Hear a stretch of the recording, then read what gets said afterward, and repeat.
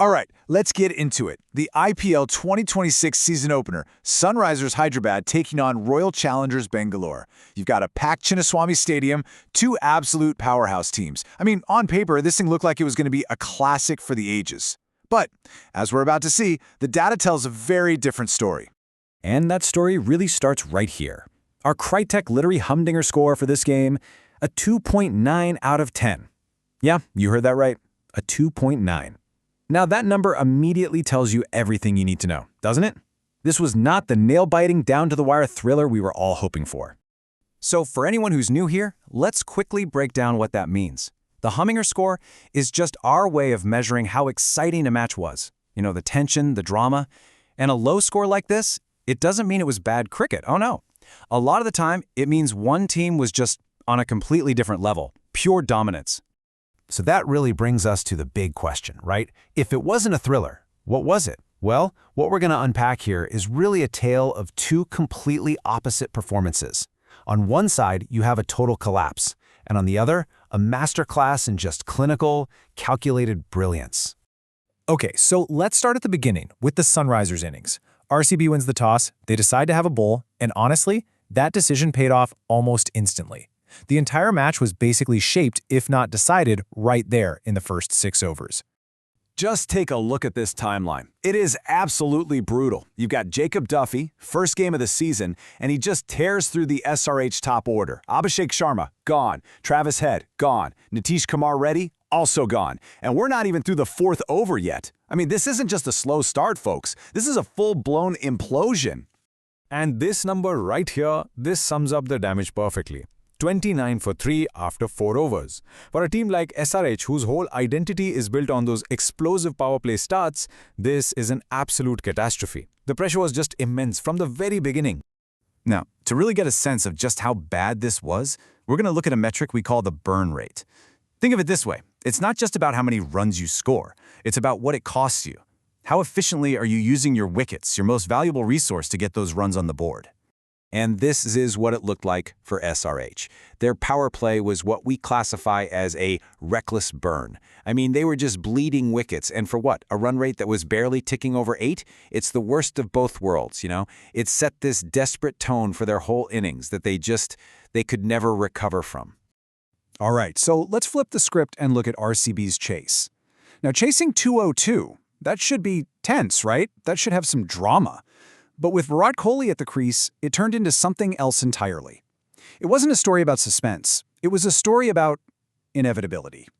And check this out, because this is fascinating. Look at the win probability. RCB actually loses Phil Salt on the very first ball.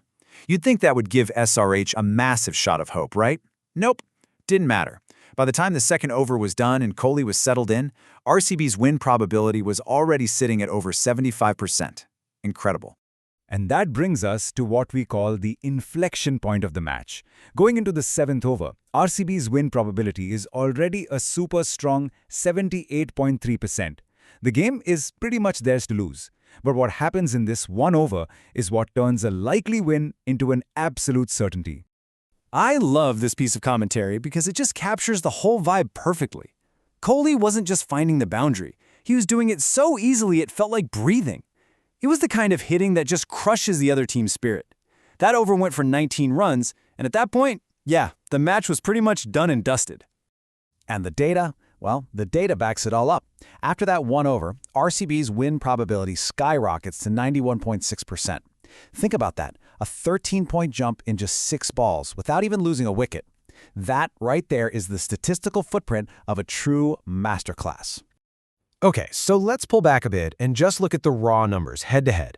Because when you break it down phase by phase, it's honestly like they were playing two completely different sports on the same field. This power play report says it all, doesn't it? SRH, 49 for 3. RCB, 76 for 1. That's 27 more runs for 2 fewer wickets. I mean, the game was practically won and lost right there. That single phase created a gap that SRH just had no chance of closing. And now let's look at the big, load-bearing partnerships, the stands that really held each innings together. SRH's best was a solid 84-run partnership, respectable. But look at RCB. The main event, Kohli and Patidar, put on a massive 154 runs. That 70-run difference. That's the difference between an innings that's just trying to survive and one that's built to dominate. Even the tactics, the in-game chess moves, were just worlds apart. A perfect example is the impact player sub. RCB made a proactive, smart move. Duffy finishes his brilliant spell, they bring in Paddock to strengthen the batting. Smart. What did SRH do? They made their move in the 17th over when their win probability was already down to 4%. One move was strategy, the other was just going through the motions. So all of this analysis, all these numbers, they all get funneled into our final verdict, the overall Critechery score. This is the one that looks at everything, batting, bowling, and tactics. And, well, the gap is just massive. RCB comes in with a 75.9, which is basically them executing their game plan to near perfection. SRH, on the other hand, is way down at 52.1, a score that just screams early collapse and no pressure in the chase. And if you need one final piece of evidence, one last number to show you just how one-sided this game was, here it is, the volatility index. A perfect 1.00. That means there were 0 momentum swings. None. Once RCB got their nose in front in the second over of the chase, they never even glanced in the rearview mirror. So that leaves us with this final question to think about. What really defined this match? Was it Virat Kohli's absolutely brilliant, almost inevitable masterclass of a chase, or was the game already over thanks to SRH's catastrophic collapse in the power play way before Kohli even had a chance to get going? I think the real answer is you probably can't have one without the other.